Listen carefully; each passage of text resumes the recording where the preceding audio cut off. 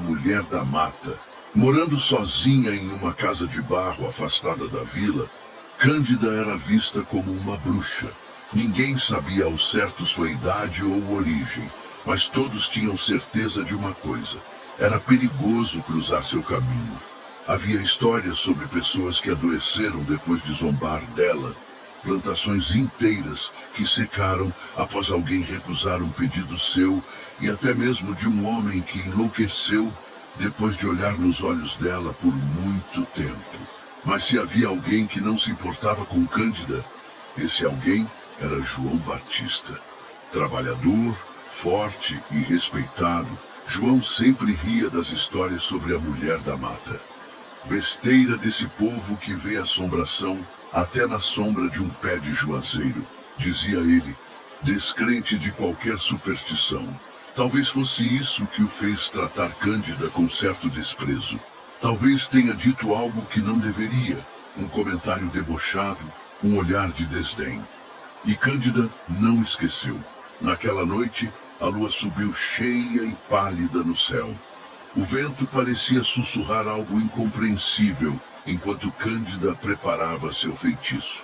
Sua casa, iluminada apenas pela luz bruxuleante de velas amareladas, estava tomada pelo cheiro de ervas queimadas e o som de palavras murmuradas em uma língua que ninguém mais conhecia. No centro da sala, um prato de barro com um líquido espesso refletia o rosto de João Batista, como se ele estivesse ali, olhando para ela. Vai rir de mim agora, João Batista? Sussurrou Cândida, seus olhos fixos na imagem. Ela ergueu uma faca e cortou a ponta do dedo. O sangue pingou dentro do prato e se misturou ao líquido escuro. A vela tremulou. O vento soprou mais forte. O feitiço estava feito. Na manhã seguinte, João Batista acordou com um peso no peito, um incômodo profundo, como se tivesse dormido com uma pedra sobre o corpo. Sentiu o suor frio escorrendo pela testa e uma dor de cabeça latejante. Passou a mão pelo rosto e percebeu que sua pele estava quente demais. Algo estava errado. Levantou-se com dificuldade e olhou pela janela. O sol brilhava forte lá fora, mas ele sentia um frio inexplicável. Saiu para o quintal, mas o cheiro da terra, que sempre lhe era familiar, agora parecia diferente, mais forte. Seus sentidos estavam aguçados, como se pudesse sentir o cheiro da mata distante, ouvir o mais leve movimento de um inseto no ar. Ao longe, Cândida sorria, observando.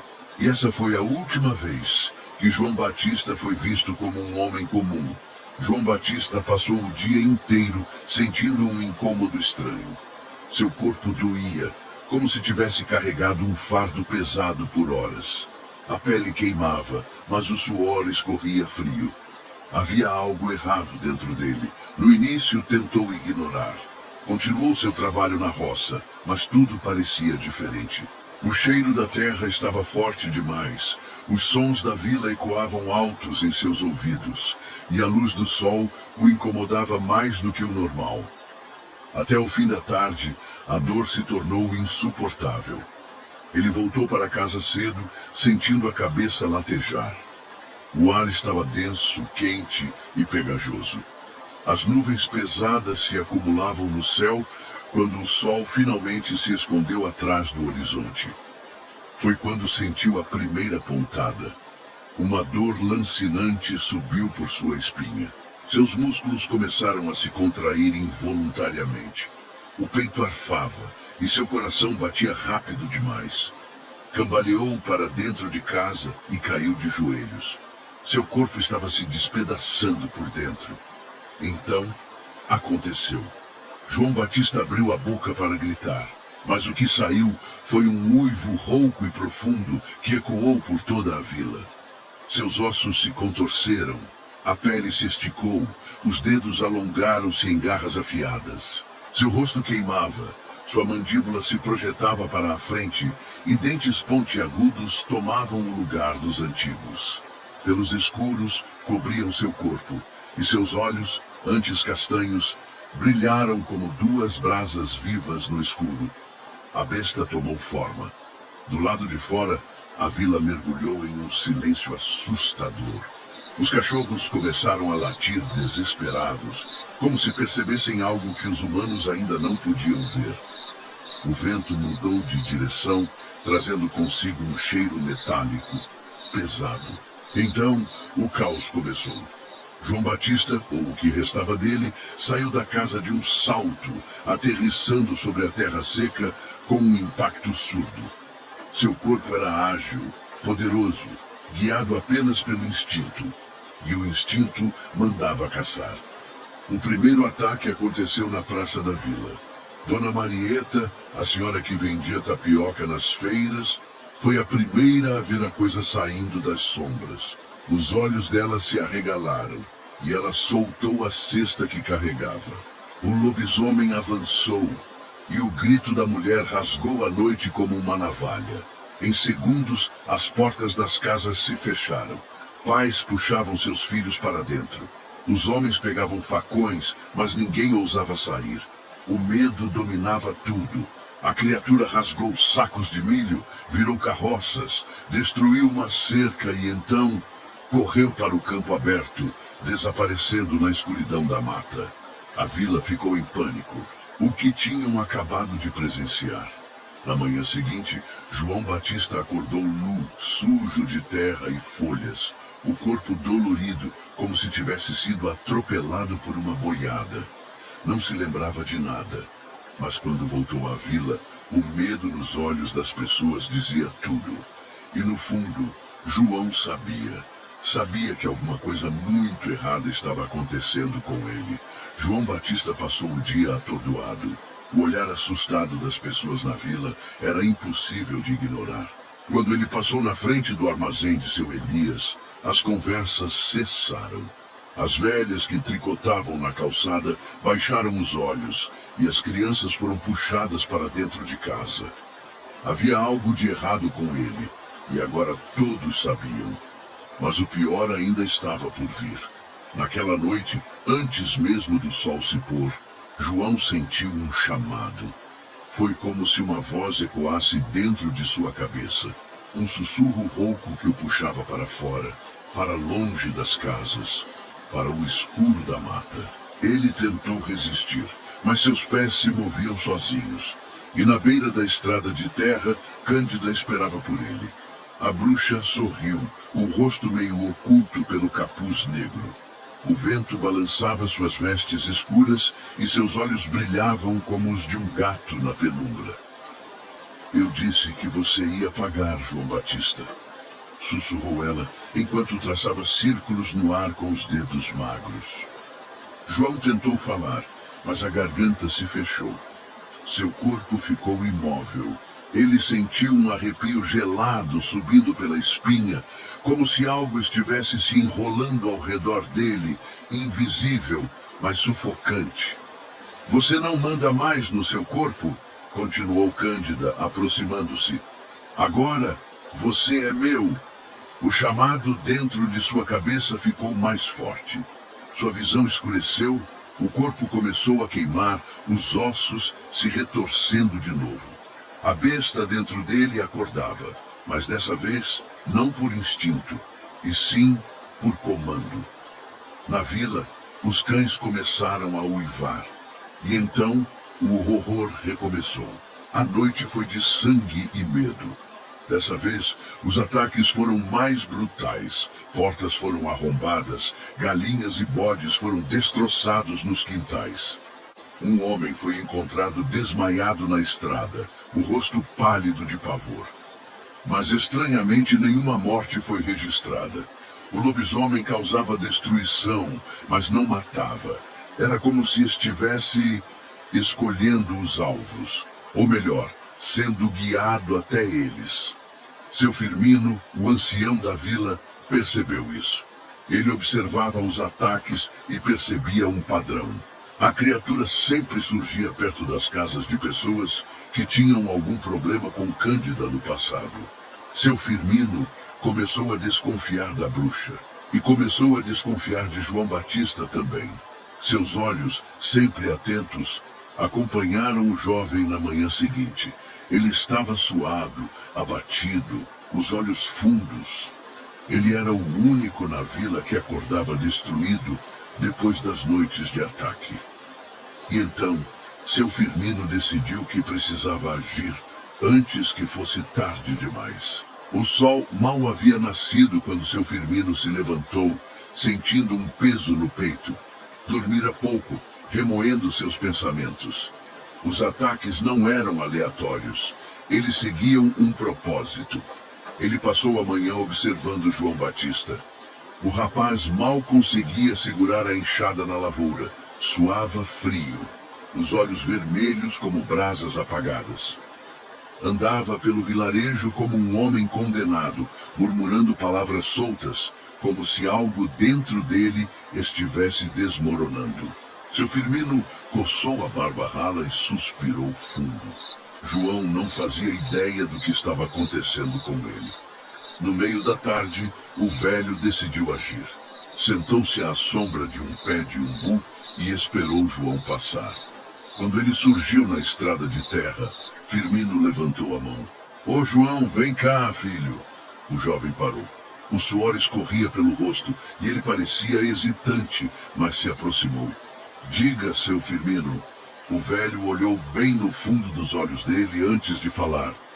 Me diz uma coisa, menino. O que é que anda acontecendo contigo? João congelou. Por um instante quis mentir, dizer que nada estava errado, mas no fundo sabia que não podia mais fugir. Eu não sei, seu Firmino. João passou a mão no rosto, a voz tremendo. Às vezes eu apago, e quando acordo, meu corpo está doendo. As noites vêm e eu sinto um chamado, uma força me puxando para fora de casa. Eu tento resistir, mas...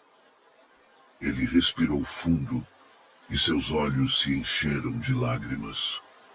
Mas eu não consigo. Seu Firmino ouviu tudo em silêncio. Quando João terminou, ele assentiu devagar. Tu tá amaldiçoado, meu filho. O silêncio se arrastou entre os dois. João olhava para ele como se quisesse duvidar, mas lá no fundo já sabia que era verdade. E eu sei quem fez isso com tu. O nome de Cândida pairou no ar sem ser dito. João sentiu um arrepio subir pela espinha. Mas tem jeito, continuou seu Firmino. Eu conheço uns rituais antigos. Minha avó contava umas histórias de quando ela era menina. Tem jeito, sim, mas a gente precisa ser rápido. João engoliu em seco, porque a lua cheia estava chegando. E ele sabia que essa seria a pior noite de todas. A lua cheia surgia no horizonte, grande e amarelada, enquanto o vento soprava seco pelo sertão. Era agora ou nunca. Seu Firmino não perdeu tempo. Ele levou João Batista até uma velha casa de taipa, afastada da vila. Era ali que faria o ritual. No interior da cabana, velas tremeluziam, lançando sombras estranhas sobre as paredes. O cheiro forte de ervas queimadas preenchia o ambiente, e no centro do chão de terra batida, um círculo fora traçado com giz e cinzas. Quando a lua tocar o alto do céu, tu tem que ficar dentro do círculo. Nem um pé para fora, entendeu? Avisou seu Firmino com a voz firme. João, pálido e suando frio, assentiu. Lá fora, os cachorros começaram a latir desesperados. O tempo estava acabando. O primeiro espasmo veio como uma facada no estômago. João se curvou, segurando a barriga, sentindo o corpo inteiro arder. Os pelos começaram a brotar. Os músculos se retorceram. Seu Firmino murmurou palavras em tupi-guarani, a língua dos antigos, enquanto jogava folhas secas sobre João. O ritual havia começado, mas então um vento gelado varreu a cabana, apagando metade das velas. E antes que Firmino pudesse reagir, Cândida estava ali. Ela não entrou pela porta. Ela simplesmente apareceu, como se tivesse sido trazida pelo próprio vento. Não se mete onde não é chamado, velho. A voz dela soou como um trovão distante. Com um movimento brusco da mão, uma rajada invisível arremessou Firmino contra a parede. O velho gemeu tentando se levantar. João, no meio do círculo, gritava de dor. Seu corpo lutava entre a besta e o homem. "Ele é meu!" gritou Cândida, avançando. O lobisomem abriu os olhos. Brilhavam como fogo no escuro. A bruxa ergueu as mãos para retomar o controle da criatura. Mas foi nesse momento que seu Firmino, com esforço, alcançou um punhado de sal grosso e lançou contra ela. Cândida berrou de dor. Sua pele queimou onde os grãos tocaram. João, por um instante, sentiu a conexão se romper. E então, ele lembrou das noites de terror, dos olhos assustados das pessoas, do sangue nas ruas da vila, da forma como sua alma era arrancada dele toda vez que se transformava. E sentiu raiva, uma raiva maior do que o próprio feitiço. O lobisomem rugiu, mas dessa vez não era um rugido de fera controlada, era um rugido de fúria. Ele se virou para Cândida e atacou. A bruxa tentou recuar, mas era tarde. O lobisomem a lançou contra o chão. Cândida gritou, debatendo-se, mas João não era mais uma marionete. Seu Firmino, aproveitando o momento, jogou as últimas ervas dentro do círculo e finalizou o ritual. A terra tremeu. O ar ficou pesado. E então, tudo silenciou. João caiu no chão, arfando. A maldição havia sido quebrada. E Cândida, quando os olhos de João se abriram, ela não estava mais lá. Apenas sua capa negra ficou para trás, caída sobre a terra fria. O silêncio na cabana era pesado. O ar parecia carregado com algo invisível, um resquício da batalha que acabara de acontecer. Seu Firmino se levantou devagar, o corpo dolorido pela queda. Seus olhos cansados se voltaram para João Batista, que agora jazia no chão, ofegante. A pele dele estava limpa, sem pelos. Os olhos voltaram a ser os de um homem. A maldição se foi. O velho se ajoelhou ao lado do rapaz e tocou seu ombro. "Tá vivo, filho?" João piscou algumas vezes antes de encarar o teto de palha da cabana. Sua respiração ainda estava acelerada, mas pela primeira vez em muito tempo, ele se sentia ele mesmo.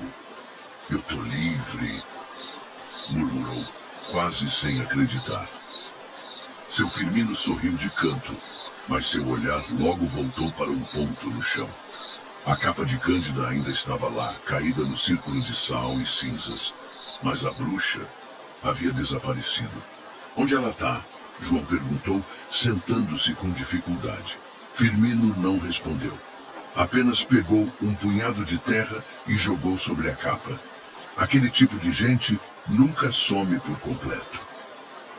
Na manhã seguinte, João voltou para a vila. Dessa vez, ele não teve medo dos olhares. Os moradores se reuniram ao redor da praça, sussurrando entre si. Os estragos das noites de terror ainda estavam por toda parte. Cercas destruídas, portas arrombadas, galinhas mortas nos quintais. Mas o medo parecia ter ido embora. Seu Firmino, de pé ao lado de João, limpou a garganta e disse: "O mal foi embora. Mas é bom nunca esquecer que ele pode voltar." A vila nunca mais falou abertamente sobre Cândida. Mas à noite, algumas velhas ainda fechavam bem as janelas e rezavam antes de dormir. Porque apesar de ninguém nunca mais tê-la visto, algumas pessoas juravam que na beira da mata, quando o vento soprava forte, uma sombra de capa preta ainda observava São Jerônimo. Os anos passaram. E a história do lobisomem de São Jerônimo virou lenda. As crianças ouviam os mais velhos contarem sobre o homem que foi amaldiçoado por uma bruxa e se transformava em fera nas noites de lua cheia. Alguns acreditavam, outros riam, dizendo que era só conversa de gente velha para assustar menino. Mas havia um detalhe que ninguém podia ignorar. De tempos em tempos, mesmo décadas depois, alguém sempre jurava que em noites de lua cheia, um uivo distante ecoava na mata. E em noites muito silenciosas, alguns ainda viam um par de olhos brilhantes observando a vila no escuro.